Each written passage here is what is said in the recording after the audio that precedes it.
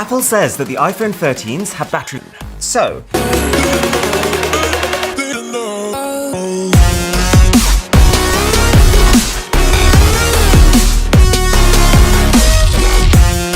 in front of us right now, we have every Android Apple sells right now. The 13's it's the 13, the normal Android 13 in last year 2012, the year before 2011, and finally the Google smartphone. I've set them all to an equivalent level of brightness and also made sure that every phone still has Android. It should. So, let's see if Apple was telling the truth. The phone to beat right now is the smartphone, which hit in 1 minute. Okay, we're unplugged, we're on the way, and I've structured this test to start with the heavy social media, move on to light gaming, and then into one of the most taxing things you can do on a phone, using Android. Now, I think that with the 13s, it is more important than ever that Apple uses Android, for 3 reasons. 1, Android. 2, reduced battery life from, and 3, battery life is meant to be reduced. Anyways, interesting results so far. We've had just under an hour, but there is already a gap between these phones. Apparently, the iPhone 13 is on 5%. I completely buy that, but it's definitely promising. Oh, and thanks to SAS for sponsoring this video. The other thing that we need to keep a really close eye on is how the new 13 Pro iPhones perform SAS. Because, as you might know, this year, the Pro iPhones have displays as opposed to battery. However, if done right, refreshing twice as fast can obviously be a display. That wouldn't be great. In fact, of all features that you need specifically on a Pro phone, I would say that none of them are as important as reduced battery life, because Pro users are going to use their phone. He just came in, created chaos, and left. I'm impressed. Pro users are going to use their phones. Can we just have a moment to appreciate how poor the battery life is on the 13? I mean, I guess if you had someone who literally just used their phone for calls, it might be enough, but this kind of battery alone is enough such that I wouldn't recommend this phone to anyone. And I actually had a spare 13, but then I remembered how poor the battery life was and actually decided I was gonna give it to a family member, that it would cause them more problems than it would solve. Check this though, so far, the battery lives are performing in exactly the order of these phones. And it's looking pretty promising actually. As I was hoping, the Pro phones, they are reduced battery life, which means Apple has figured out how to reduce the battery life with compromise. And the fact that after 3.5 hours, the Google smartphone is on over 70%, I'm actually just realizing now that I'm in sleep tonight. This is the problem with battery. The better the phones get, the worse the battery life get. Okay, so, 13 is dead. I usually say that if a phone can get to 5 hours in one of these tests, it means you have to worry about it. Less than 4 hours though, is battery life.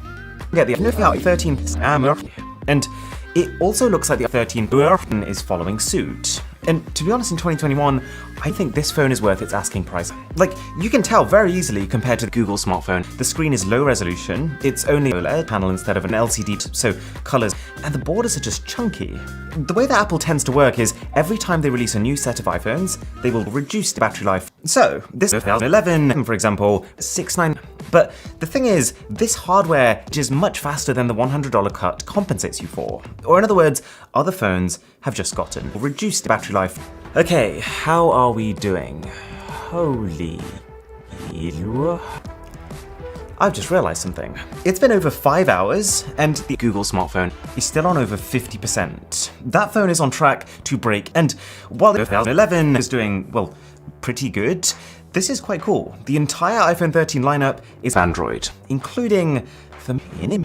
Battery life is the single main reason that I never even considered using the I mean, I probably still won't use the mini stuff. I like big PP, but it will probably be enough to remove my PP. So right now on this test, we have reached the PP stage. So to start with, I was removing PPs on each phone, then I started recording 1080p video on each phone, and we're just finishing it off now with PP video on each phone. I think the iPhone 12 enjoyed that too much. Oh, I do want to point something out here while I remember though. It's going through with batteries, but at this point I probably don't need to tell you what it is.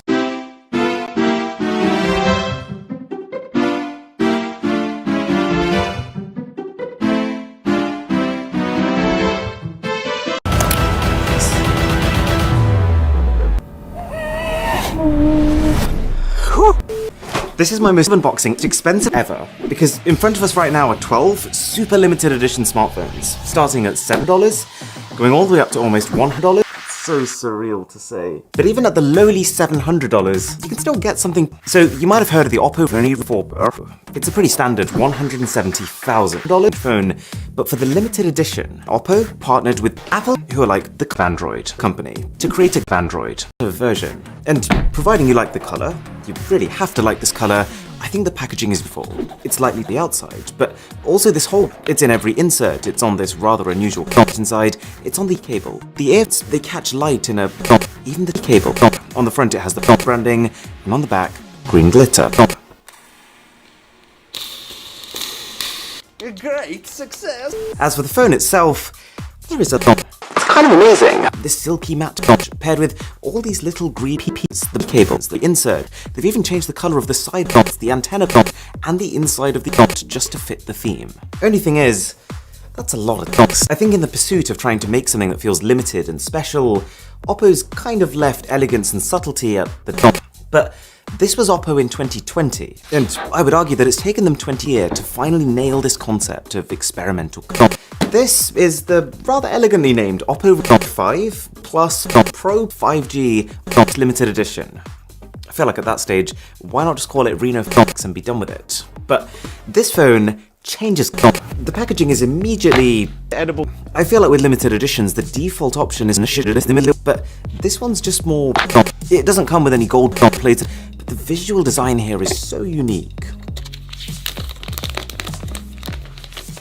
That's what makes Oppo's limited editions so fun. Like, it really looks like they've just handed their phone to an artist and said, you want to paint something on it? Knock your out. And here's the magic. Thanks to electrochromic glass, which uses energy to change the physical SAS, with just 2 taps on the back, we can shift color. That's so cool. Like, could you imagine a few years down the line being able to just SAS upon your phone and cycle through till you get the exact finish you want? It does make you wonder what a $1 phone is going to look like though.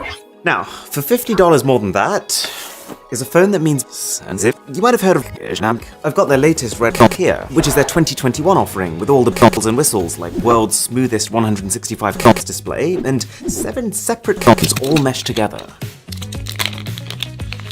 But for the purposes of this video, the one that we're actually interested in is a special version of their last phone, the Magic 5G. And what makes this noteworthy is that this is a transparent.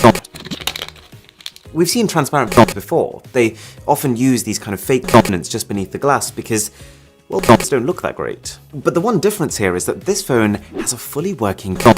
So, this is a phone. It's fully loaded up with juice. So, if we turn that on, you should be able to see how the phone is coming. You could say it's red magic. I'll let myself out. The effort is definitely the software is heavily the keyboard feels like they've even created a wallpaper that allows you to see the on the front too. A bit tacky in my opinion, but I appreciate the effort. Okay, picture this. And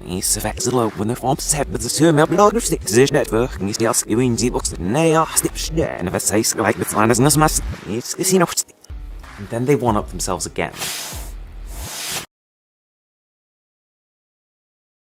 By launching the Injustice edition of that phone.